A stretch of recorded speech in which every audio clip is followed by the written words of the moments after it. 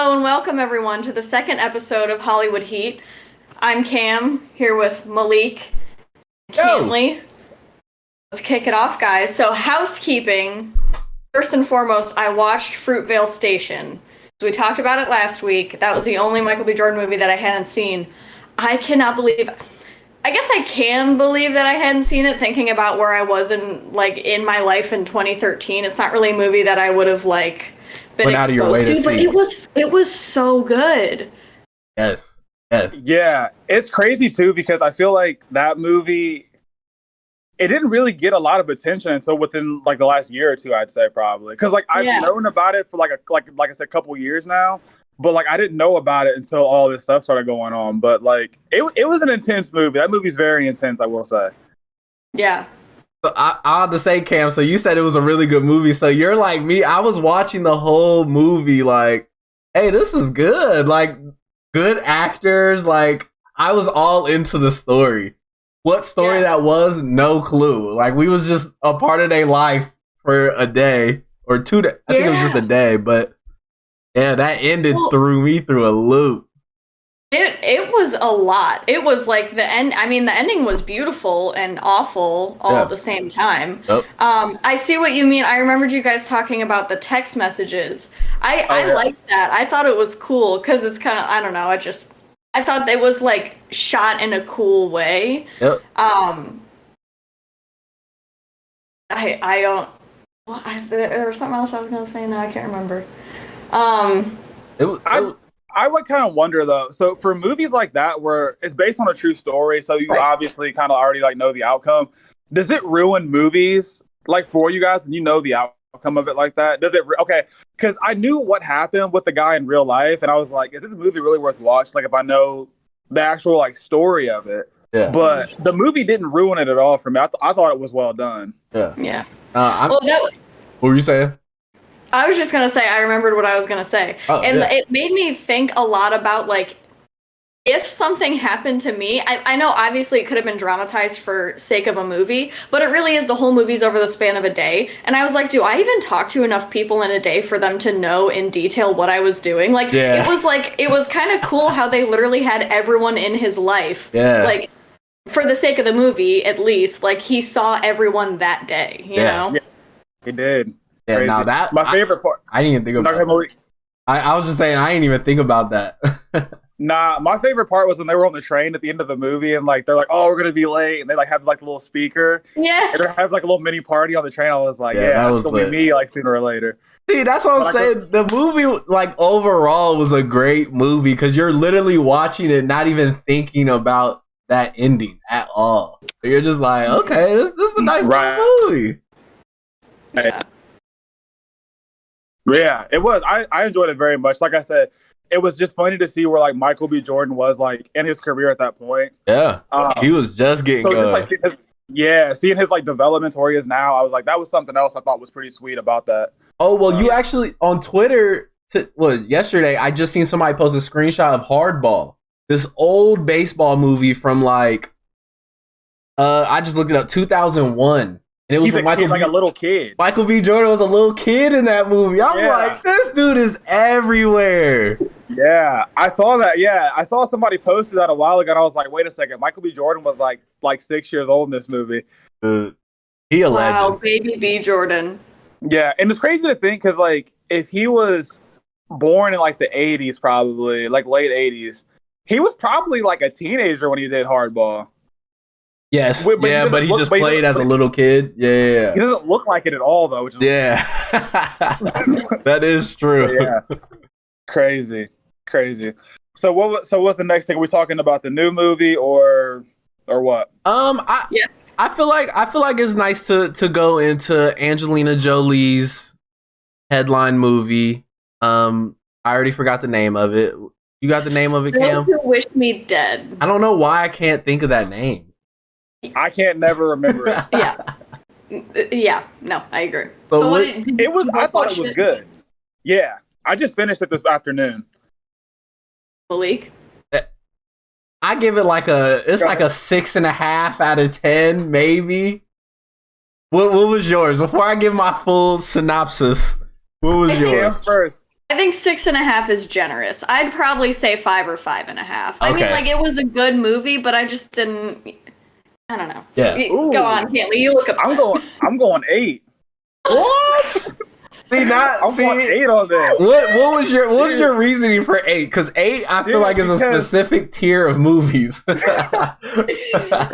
The wife of the dude, she was badass, man. She was like, I'm gonna because like when she sniped that dude and she shot him, and I hated it because like he was almost like begging for his life to her. I'm sitting here like, you were just trying to kill her like 2 minutes ago. Right, like, relax. Yeah, she was badass. So I was like, she definitely gave the movie like, I don't know, a boost from me. I liked her. I was like, she's sweet. Well, I'd give her 8 out of 10. I wouldn't give the movie an 8 out of 10. I think I wanted Angelina Jolie's character to be more like her. Yes. Yeah. She just wasn't. I feel like I was kind of let down by like her action in the movie. Mm-hmm. Not like that's what it's all about. Right. That's how I felt. Oh, that's literally very accurate. So the only reason I just, like you said, 5, 6, is because Angelina Jolie, I almost feel like she probably is just getting back into acting. Is that weird to say? Like, this is like her movie to like get back into it. So that's why they didn't have her doing like, you know what I mean, all them crazy action scenes and stuff like that. But yeah, like her performance wasn't crazy, but like those actors that they had play as like the villains or like the antagonists, those dudes was like, I don't know, like they could have got anybody else. I feel like I could be being, you know what I mean, picky, but I don't know.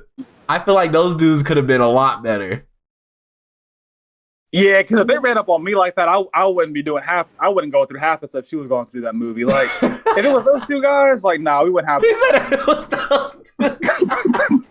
They were both, like, well, one was old and like a dweeb, the other one was like some old man. No, I agree. That's what I said. I was like, those two dudes was too random. And then Tyler Perry's random cameo in the movie. I thought that was him, but I didn't know. I was like, is that Tyler Perry? What was that? What was that? I really wonder what that was, because it was literally, he had probably about 1 minute of screen time. Was he like the head honcho for those guys? I think so, yeah. Okay, with like standing against like the fence post or whatever it was. Yep. Yeah. That was really it. Bro, I swore that was Tyler Perry watching that movie, but I watched it also like half awake. Like that part of it, I was like, is that Tyler Perry? Yeah. And then, so you just confirmed. Dang, that is crazy. He was in and out of it. They probably paid him like $100,000 for that little snippet. That might have just bumped the movie up to a 9. Yeah. Oh my God. That really might bump it up to a 9. Crazy. Tyler Perry's in it. That's outrageous. That's all right. So 9. I don't care. I guess we're starting the theme. Cantley's ranking movies way higher than they're supposed to. Higher than they deserve. So I will say though, I know we talked about character development in the last one of these we did. Did you guys think the characters were like well developed in this? Like, did you kind of get a clear idea of like why they did what they did, or like was it kind of still like you didn't really understand it? You got an answer, Kale? I mean, it wasn't like I felt like they weren't developed. I just don't think they were developed in a very effective way to the plot. Like, I think they kind of harped on, all we really got from Angelina Jolie's characters was her remorse for the kids that she couldn't save. Right. And that's, like, they really just hung on that for her. And that was really it. So I guess in that sense where it's like the full circle moment where it's like, now she gets to help this other kid, sure. But we didn't really get much of her as an individual character. I would say, what's his name? Is it John... He played Ethan. John Bernthal. That's the Punisher, eh? Yeah. Punisher. I loved his character. Him and his wife were probably my favorite part of it. Yeah. I thought they had a good relationship, and he was like we got to see almost more from him, I thought. And the kid, I thought the kid was really good. Yes, the kid surprised me. He had some crying scenes where I was like, okay. Hey, look, he had a crying scene like right after his dad died. I was like, I want to cry watching this. Yeah, no, he killed that. He killed that. I'll give him that.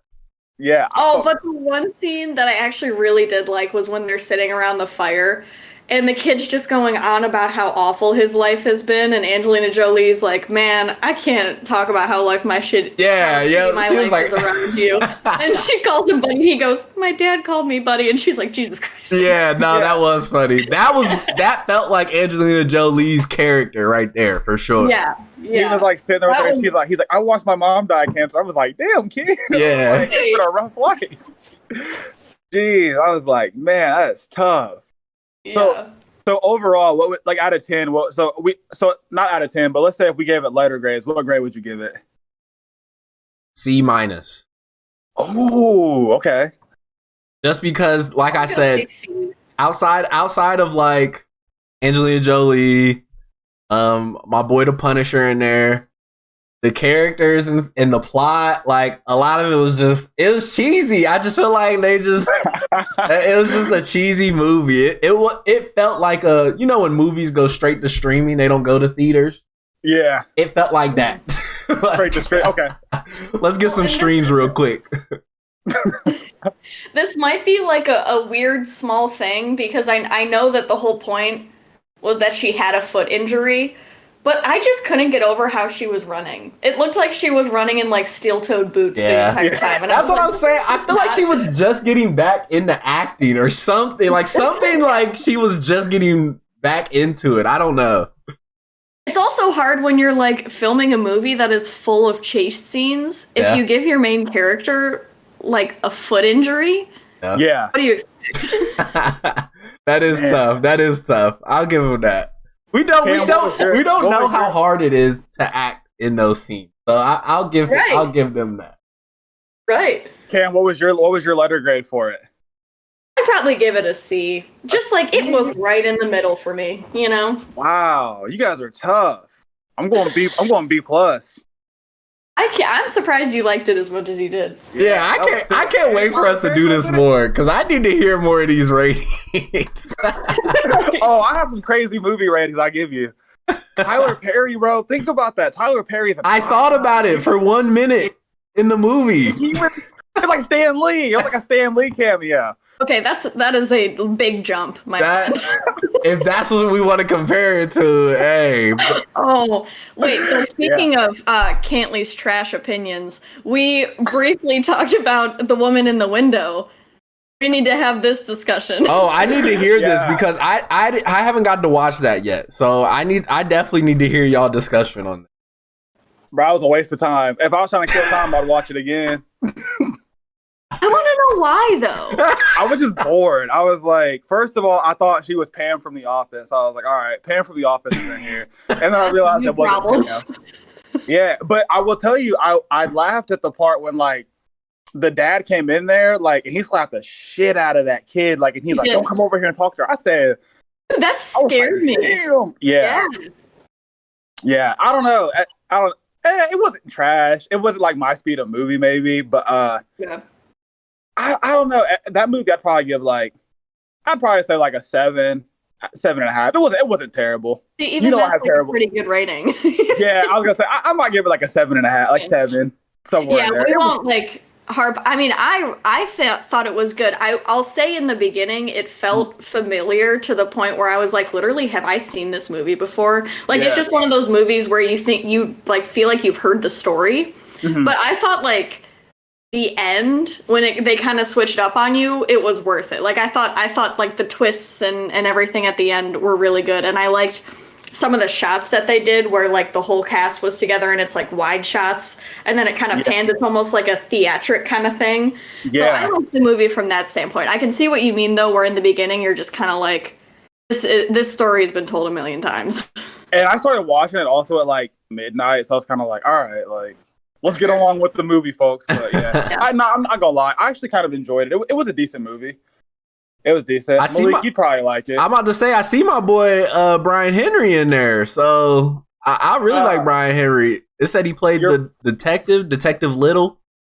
He was great. He was great. Yeah. And we have Anthony Mackie and Wyatt Russell together. So... Speaking of Anthony Mackie, like I told you yesterday, I just started watching the Falcon and the Winter Soldier. It's not bad. It's not terrible. I gotta watch more of it. I'm on episode 3 right now, so we'll see what happens. You think it's not terrible? It's like a bunch of mini Marvel movies. I was just about to say, I feel like if you like Marvel and stuff, that's it. Like, this is it. It'll make me give you my ranking for that after I'm done watching it. I'll give you a rating for that. Oh, I want your ranking. I got you. I'll give you a rating when I'm done with it. All right. The Boys is better so far. The Boys is a good show. The Boys is better than any Marvel movie ever made. You know I'm telling the truth. I can hear the crickets just. Yeah, like hold on. For a second. Nah, I'm lying. Did you finish The Boys though? You finished it? I have like one more episode of season 1 left. Okay, all right. Yeah, they're pieces of shit. I was like, these guys are like, they're douchebags. There's a second season of that, right? You said what, Malik? How many seasons is there of The Boys? 2? Okay, so yeah, I haven't started the second one yet. Yeah, they're trash. I was like, these guys are douchebags. And they just get worse. Yeah, because the one episode I stopped on was they were like that like Christian like event thing or whatever. And I was like, how dare you guys come in here and like freaking tie yourselves with religion and like I'm the savior. I'm just sitting here like, what? It was a lot for me. I was like, whoa. So yeah, they were wild. That makes you think about how we hold people in society, though. You know, I mean, obviously we don't have like superheroes out in public like that, but right. Yeah, I don't know. It makes you think. Oh, do they eventually tell us who that Asian girl is? Kumiko. Yeah, because like at the end of the episode 6 is like when she's fighting, like was it Black Noir or whatever, like in the alley, and he like kills her or whatever. She's like in the like I was like I want to know more like who she is. Like she's crazy. Yeah, no, she's a great character. You did get more of her. So okay, cool. All right. So what else is? Do we have one more topic? Yeah. So I mean, the last thing really is so obviously movies and stuff is starting to come out. Before we get into that, this past week it was announced that Friends is doing like some type of reunion special, where basically they're all getting back together and like I guess they're like redoing parts of the script. They're like doing like interviews. It was very big that it wasn't like a new episode. It was more of them like revisiting Friends. They're going to like old places and things like that. And I ain't gonna lie, the only reason I have my attention towards it because this is like the first time I feel like this has been done for a show, and it almost ties in everybody who's loved the show for 10 plus years, and literally every person that's like Friends is gonna watch this. So it's smart on like a marketing and business side of things. But as far as like the actual show and all that, I probably will tune in just to see it. But I mean, what's your guys' thoughts on it? It was basically trending when they dropped the trailer. So a lot of people have talked about it. You're gonna hate mine, so Cam, you go first. I was gonna say I never really got into Friends. Like when I watched it, I'd be like, "Huh, that was funny," but that was about it. It wasn't like I ever really sat down and watched the series. I agree with you that this was a long time coming. That if they want to make money, this is the way to do it because they have a very loyal fan base. And this is probably an unpopular opinion as well. But I feel like since I never got into it, it's just like I don't carry that much weight with it. And I've seen pictures all over the internet where it's like the selfie of all of them reunited, and it's like this is the picture the world needs to see right now. And I'm like, yeah, like why? Just not. I'm like, with everything going on in the world, I'm like, this is what you're calling them the saviors. Well, I mean, it's not that deep. It's not that deep. It's not. I've seen that so many times where I'm just kind of like sick of it, you know? Yeah, no, I agree. I feel the same. I feel like because I don't have any like attachment to the show. It's kind of like, okay, like this little reboot thing is like, it's cool, but like if I watch it, cool. If I don't, like my life's not going to change. Like, you know what I mean? It's just one of those things, but I agree with you on the selfie tip of it. Cause I was like, okay, I mean, it's a cool idea, but like, does it have to be like all over I don't know. I just wasn't, like I said, I didn't.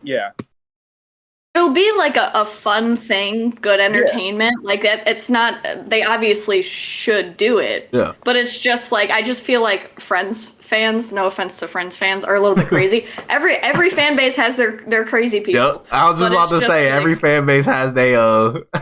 Yeah, they're very ride or die. Yeah. So I'm crazy over Sanford and Son.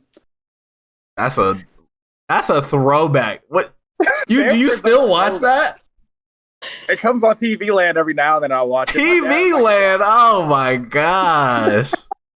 I'm like at least 80. I told you I'm old. That is old. But I watch TV.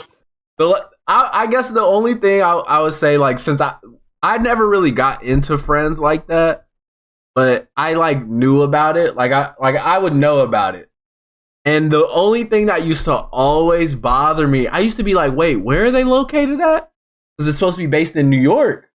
And there's like no like ethnic people on the show, like whatsoever. And that used to like literally confuse me. I'd be like, where are they? And they'd be like, it's supposed to be based in New York. They're in like coffee shops, they're at stores, and there's like no diversity in it. And that used to always just throw me off. Very good point. Yeah, there's diversity in Sanford and Son. The cops, they're diverse. Fair enough. You are. When did Sanford and Son even come out? I'm about to look that up right now. Early 70s, I think. 1972 was the first episode. Aw, Kaylee's favorite year. Hey, Cam, when you go to work tomorrow, ask Jason Doty about it. He loves Sanford and Son. I'll get him going. I'll tell him to tune in on this video, too. 1972. I will tell you guys, though, I got HBO Max yesterday. Like, go me. Finally got part of the club. Yes. I didn't realize how many throwback cartoons they had on there. Oh, they have literally it's tons. Ed, it's tons. You have to watch the Harley Quinn. I've gotten that recommendation before. I think I might tune into that. I've gotten that recommendation. I actually might too. Let me know if you do, because it's so good. Yeah, no, everybody says like it's like I'm about to say it's very like mature, right? It's like a mature cartoon, first of all. So I'm like that going into it, like how they were gonna play it, and I swear to God, within the first 5 words, drop an F-bomb, and I'm like, all right, you're like, all right, this is it. That's funny. So, yeah, I literally was on there for like an hour yesterday making a watch list. I was like, Courage the Cowardly Dog, Ed, Natty, Grim Adventures of Billy and Mandy. I was like, A Foster's Home for Imaginary Friends. I was like, go ahead and throw those on there. Yeah. No, HBO Max is fire. If they keep up with that, putting it on there before theaters. They didn't do it with Saw. We was just talking about that before this. They didn't do it with Saw, which I was salty about. But if they keep throwing movies on there before they go to theaters, HBO Max is gonna be big time. Yeah. Are you guys, I know Cam and we've talked about this, and I think Malik, we have too. Are you big into scary movies? Oh, I'm the type that will just watch a scary movie and like as an entertainment purpose. Like I don't watch it. I want to watch that new Conjuring movie when it comes out on HBO Max. That one's gonna be. Do you like scary movies, Cam? I like them. I like psychological thrillers more. So it's like if it's one that's both, that's top tier for me. If it's just like a jump scary movie, I enjoy it less. Yeah. But I'll still watch them. Yeah. Yeah, for sure. Well, that might have to be the next review we do is The Conjuring. Like, I think it's called like The Devil Inside. It's like the devil. I feel like it's called The Devil in Me, but that sounds kind of weird. The devil made me do it. Oh, that sounds crazy. It was like I don't know why where The Devil in Me came from. It's like a song or something. It comes out next Friday. Not this. Wait, 2 weeks. 2 weeks from June 4th. Yeah. Okay. Listen, we can have a whole scary movie episode. Ooh. I wish we would have done this like sooner because I actually did like a scary movie like March Madness style bracket during October. I remember this. Yeah. Bro, yeah, and I can't remember like what movie won. It was something stupid. I think I was upset because it was Get Out. And Get Out is a good movie, but it's not the best scary movie. Yeah, no, it's not. I think it came to like Get Out and Jaws, like the last two left. And I was like, that's odd like group of movies. Put that in there. I was like, I'll throw Jaws in there, why not? That is hilarious. I think I might have voted for Jaws. I ain't gonna lie on some on some trolling. Man. Well, all right, guys, this is wrapping up episode 2 of Hollywood Heat. So, as always, talking our favorite topics in entertainment, movies. You guys got anything else before we wrap this up? No, we'll take suggestions. Let us know if We there's will. something coming out. I'll give you a Sanford Son quiz next time. Okay, I'll study it. I'll have it ready. Oh my god. I'll have it ready for you. Malik, I got one for you. I'll give Malik a Fresh Prince quiz. Okay, I could do that. Okay. That's not that old. I'm not crazy about old movies and shows. Like I love new. Yeah, that dude gave me that list of 100 movies, and it's like Beverly Hills Cop and like all this old stuff. I'm like, dude, I wasn't even born yet. I was like, this movie's from like the 80s. No, Beverly Hills Cop is kind of fire though. I ain't gonna lie. Is it really? I might check it out. Watch Beverly Hills Chihuahua, same thing. Beverly Hills Chihuahua? Yeah, I'm sure that was on the list. Hold on, before we end this, I was on Twitter. A lot of the stuff I see is on Twitter. I ain't gonna lie. They was talking about Air Bud. I was like, what? That movie series was so unbelievable. Why was that a thing? So many of them. It's a whole thing. I thought it was like one movie for the longest time. No, they had basketball, soccer, dude, baseball. It might have been every sport known to man. Air Bud had kids, the buddies, and they had their own movie franchise. What? Who's behind that? Who's behind the Air Bud series? They are evil geniuses. They gotta be. They made that money. Like, oh yeah, they have to be. But that's it for me, man. That's it for me. On the Air Bud note. We are out. Yes, sir. We are out.